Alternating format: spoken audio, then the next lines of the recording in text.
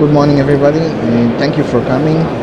We really appreciate it. My name is Sam, and I'm with IMS. And what I want to talk with you this morning is about inventory, cost, performance, and how can we improve our KPI. So basically, we have four types of inventory.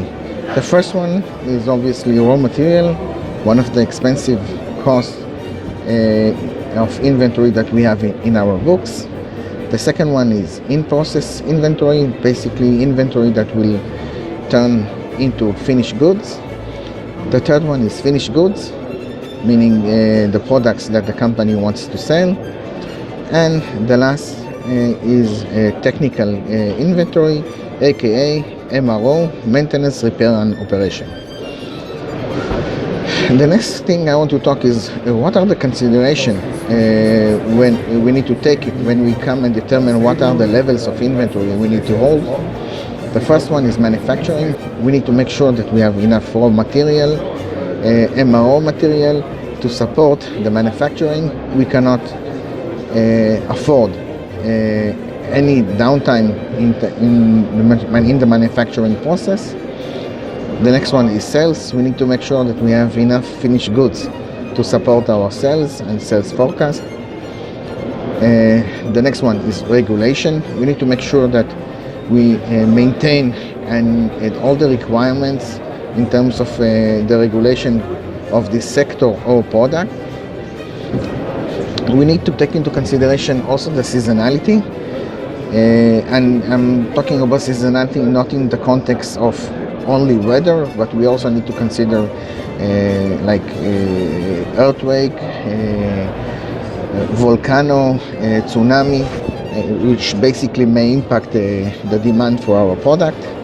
And the last one is the financial consideration, meaning any inventory we hold, if it's raw material, MRO, in process or finished goods, has a financial impact because basically our funds and money is tied with that inventory, and many times it has a heavy impact on our performance and our cost.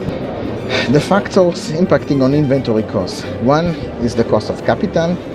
So basically any fund tied with the inventory has a cost. The next one is vendor management. Anytime we deal with inventory, we need to deal with the inventory cycle, meaning we need to manage the vendors, and sometimes it's 100 vendors, sometimes it's 1,000, and managing them may seem easy, but it's a lot of work, and we need to do it right. Then obviously we have storage. We need to store the inventory somewhere, so we have storage with all the association costs related to storage.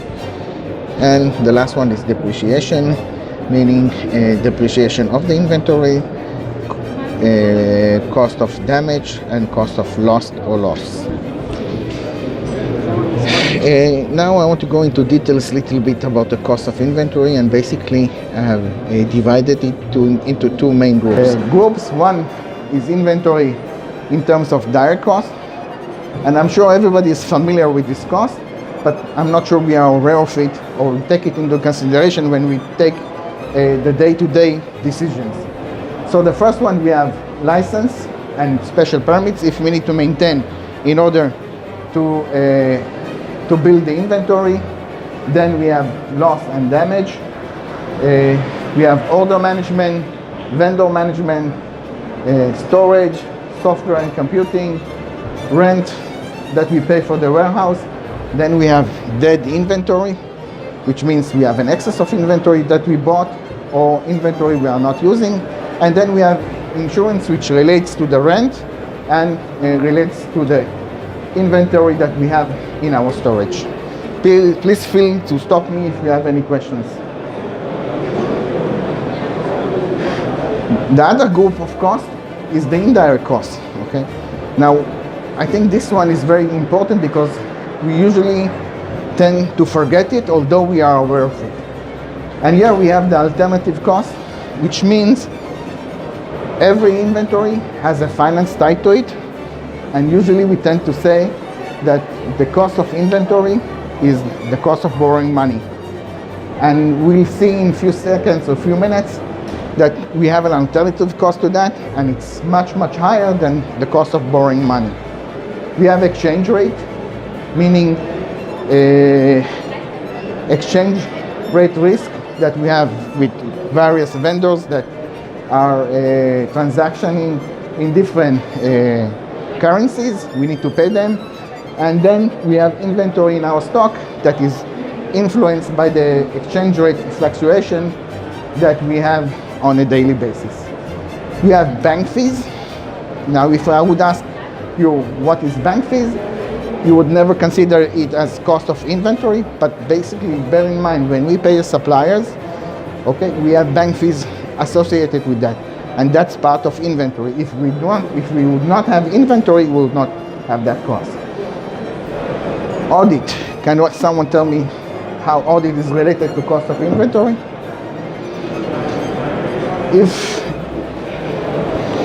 When our auditors determine what is the cost of audit, basically they take into consideration if we have inventory. If we don't have inventory, the cost is much, much less. If we have inventory, the cost is much higher. Import and export and legal costs associated with inventory in terms of supplier agreements, storage, or insurance agreements that the legal department needs to review. So what's the real cost of inventory? If I would ask and I do a survey here, I would say I will get the following answer. So the annual cost of financing a $20 million worth of inventory will be probably the borrowing interest, okay, and let's assume it's 3%, okay. Sometimes it's higher, sometimes it's lower, but let's assume it's 3%.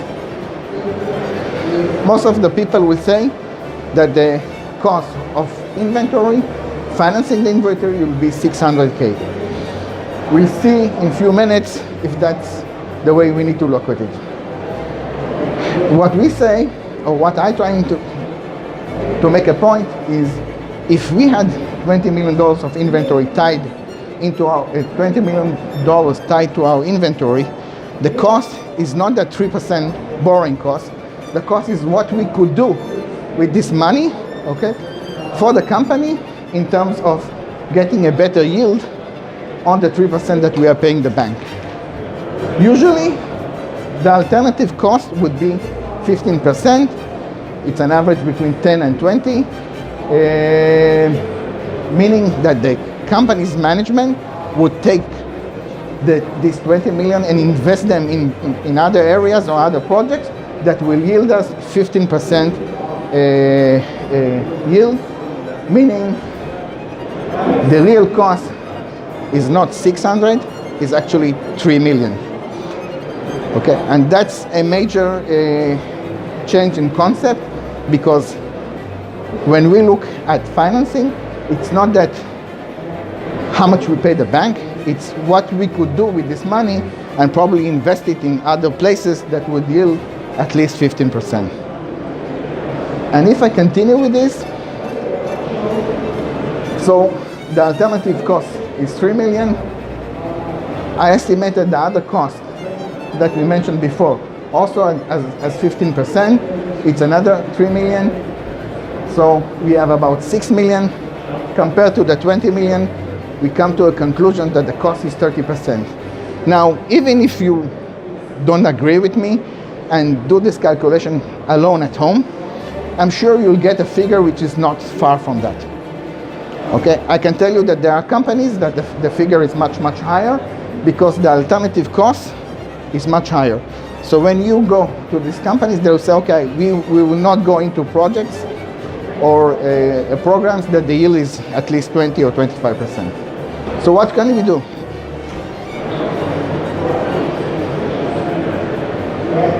First thing, we can go to a full VMI.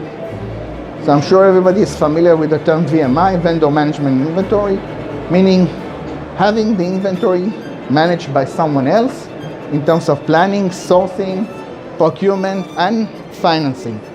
So basically, all what you need to do is enter the warehouse, pull the part, only at that point, okay, you pay upon consumption. Until that point, it's not owned by you. It's only in your warehouse or anywhere you want on a consignment basis. Okay, so it's like saying you have a classic just-in-time model. You just pay upon consumption. You don't hold the inventory. You don't anything. So this will improve your finance because it will free all the finance that is attached or it's tied with the inventory. Second thing, it will improve your performance because your sales and other operation is not impacted, and basically everything is done with a less inventory. So your KPIs, okay, will skyrocket. The other thing is what I call is one source, or in other words, it's a super supplier. Many companies do not want to go to the full VMI model. They would say, okay, we'll find somebody, okay, that will do the purchasing for us. We will do everything, but instead of working with 1,000 suppliers or 100 or 500, we'll work with one, and that one will work with all these. So for us as a company, we work with one supplier, one currency, one invoice, one PO, one transaction. And we save all the headache that we saw in my presentation before. Then we have what I call exchange, sharing, okay?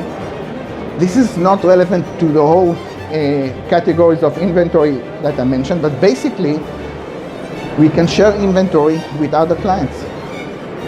Okay, I can, like, sometimes you have excess of some inventory and other clients, okay, may want it, and vice versa.